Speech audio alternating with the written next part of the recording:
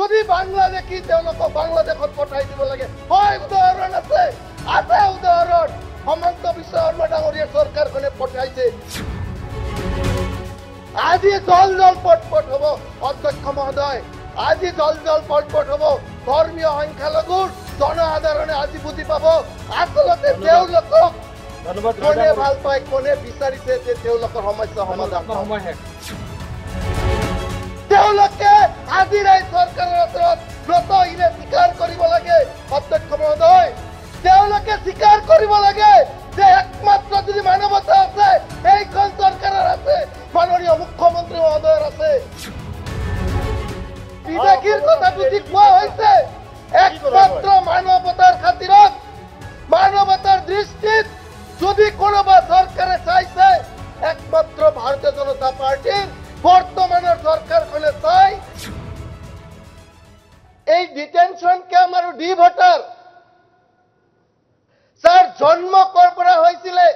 কোনে এই সৃষ্টিকৰ্তা কোন চৰকাৰৰ অধীনত হৈছিলে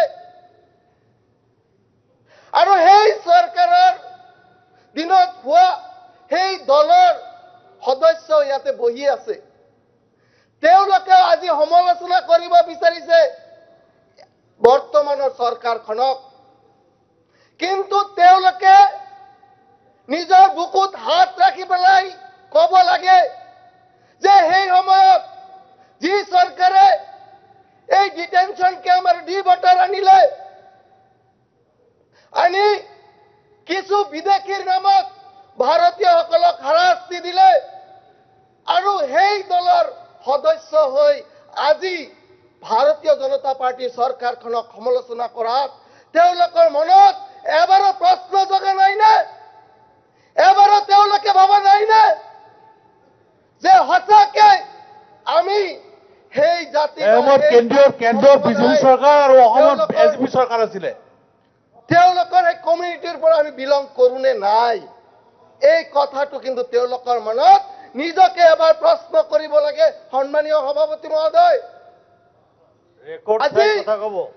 আজি আমি ক'ব পাৰো গৌৰৱেৰে যে এই বিদেশীৰ কথা বুজি কোৱা হৈছে একমাত্ৰ মানৱতাৰ খাতিৰত মানৱতাৰ দৃষ্টিত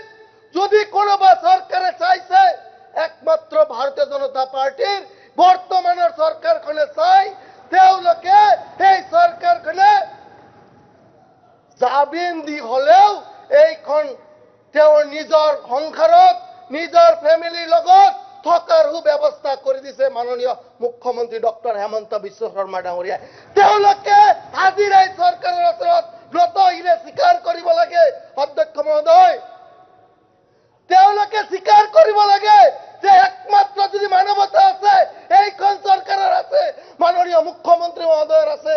অধ্যক্ষ মহোদয় মই ভুক্তভোগী মই জানো অধ্যক্ষ মহোদয় মই মোৰ সমষ্টিৰ মধুবালা মণ্ডল নামৰ এজন মহিলা বৃদ্ধা মহিলা 3 বছৰ ডিটেনশন ক্যাম্পত থাকিছে মই নিজে উলিয়াই আনিছো অধ্যক্ষ মহোদয়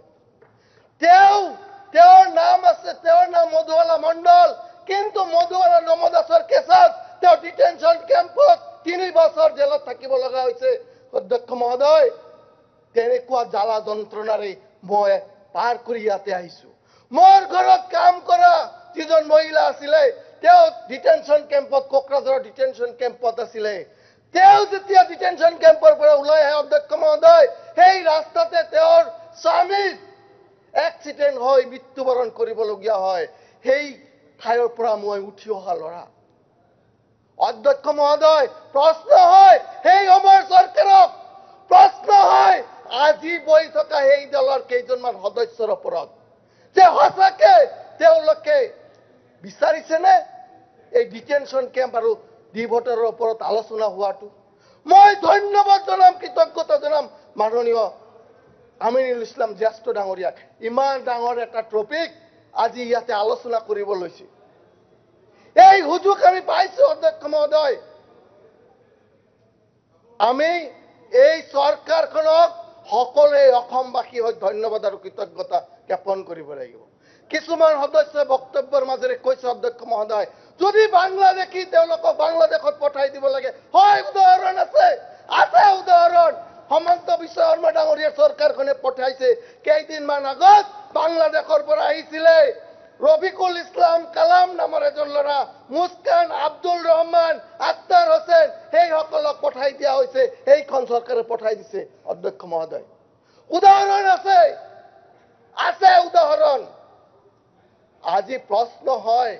অধ্যক্ষ মহোদয় যে সঁচাকে তেওঁলোকে কি বিচাৰিছে